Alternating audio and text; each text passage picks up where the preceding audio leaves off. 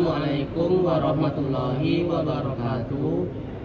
Kami dari kelompok 4 ingin menjelaskan materi kami yang berjudul Peradaban Islam Rasulullah Shallallahu Alaihi Wasallam periode Makkah dan Madinah 622 sampai 632 Masehi.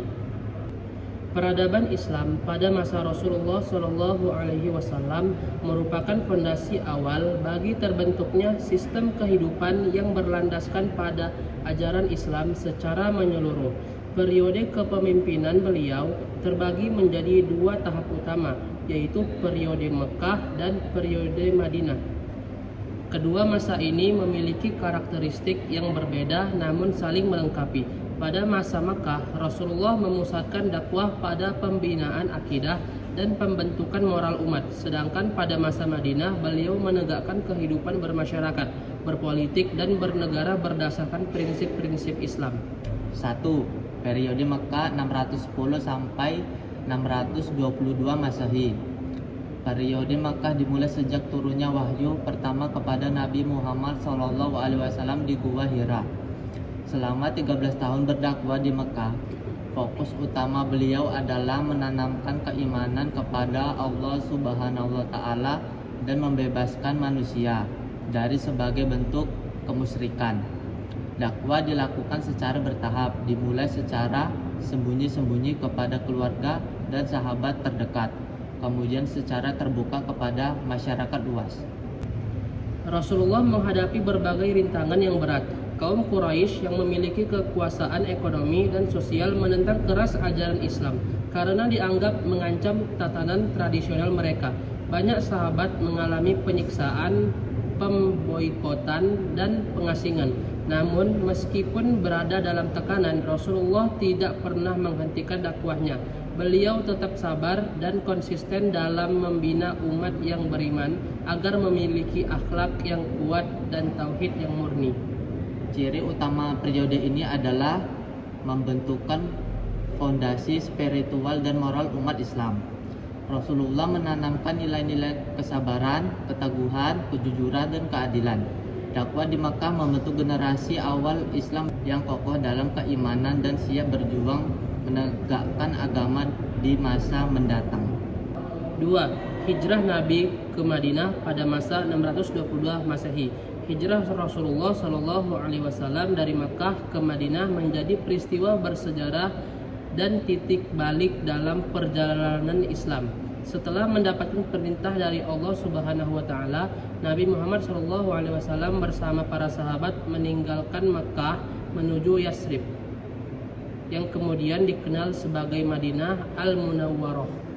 Hijrah bukan hanya sekadar perpindahan tempat tinggal, tetapi juga merupakan langkah strategis untuk membangun tatanan masyarakat Islam yang merdeka dan berdaulat. Di Madinah, Rasulullah memperoleh kebebasan untuk menegakkan hukum Islam, memimpin masyarakat, serta mengatur kehidupan sosial, ekonomi, politik berdasarkan wahyu Allah. Peristiwa hijrah ini juga menjadi awal penanggalan dalam kalender Islam, yaitu kalender Hijriyah. Makna Hijriyah tidak hanya bersifat fisik, melainkan juga spiritual, meninggalkan kemaksiatan menuju ketaatan, dari kegelapan menuju cahaya kebenaran. 3. Dasar berpolitik di negeri Madinah. Setibanya di Madinah, Rasulullah Shallallahu Alaihi Wasallam segera melakukan langkah-langkah strategis dalam membangun kehidupan masyarakat. 3 hal utama yang dilakukan beliau antara lain: 1. Mendirikan Masjid Nabawi sebagai pusat kegiatan ibadah, pendidikan, dan pemerintahan. Masjid menjadi simbol persatuan umat Islam dan tempat bermusyawarah dalam menyelesaikan berbagai urusan masyarakat. 2. Mempersaudarakan kaum muhajirin dan ansor. Rasulullah menyatukan dua kelompok besar umat Islam itu agar saling membantu dan menguatkan dalam membangun masyarakat baru. 3. Menyusun sistem sosial dan politik. Rasulullah bertindak sebagai kepala pemerintahan yang mengatur berbagai aspek kehidupan berdasarkan prinsip keadilan, musyawarah, dan persamaan hak. Dasar politik Rasulullah di Madinah berdasarkan pada nilai-nilai Islam antara lain keadilan, Semua warga memiliki hak dan kewajiban yang sama di depan hukum. Musyawarah.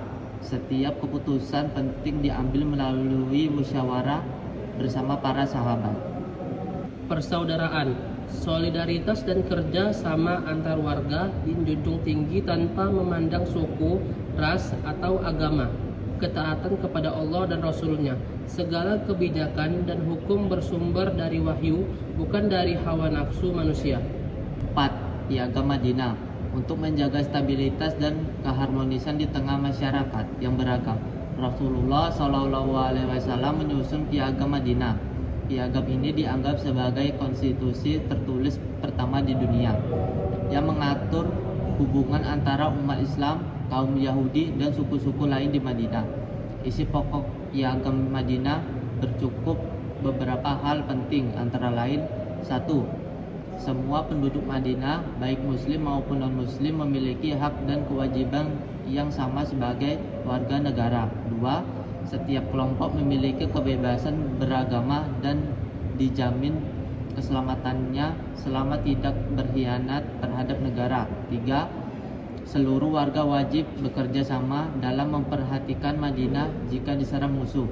4. Perselisihan besar akan diselesaikan oleh Rasulullah SAW sebagai pemimpin tertinggi. 5. Tidak diperbolehkan melakukan kezaliman, penindasan, atau permusuhan antar kelompok. Dari Piagam Madinah inilah muncul konsep Darussalam dan Darul Islam. Darussalam berarti negeri yang damai, di mana semua penduduk hidup dalam ketentraman dan keadilan tanpa diskriminasi. Darul Islam berarti negeri yang menjadikan syariat Islam sebagai dasar hukum dan pedoman hidup. Dengan Piagam Madinah, Rasulullah berhasil membangun masyarakat yang plural namun harmonis, berkeadilan, dan berorientasi pada nilai-nilai ilahi. 5. Kesimpulan. Periode Makkah merupakan masa pembentukan akidah dan karakter umat Islam. Sedangkan periode Madinah adalah masa penerapan nilai-nilai Islam dalam kehidupan bernegara. Melalui perjuangan Rasulullah SAW, Islam berkembang dari ajaran spiritual menjadi sistem peradaban yang melengkap, mencakup aspek sosial, politik, ekonomi, dan hukum. Hijrah dan Piagam Madinah menjadi tonggak penting dalam sejarah Islam karena keduanya menandai lahirnya tatanan masyarakat yang berkeadilan dan berlandaskan wahyu Allah Subhanahu wa taala. Peradaban Islam pada masa Rasulullah bukan hanya memberikan teladan bagi umat muslim, tetapi juga bagi seluruh umat manusia tentang bagaimana membangun peradaban yang damai, adil, dan berakhlak mulia.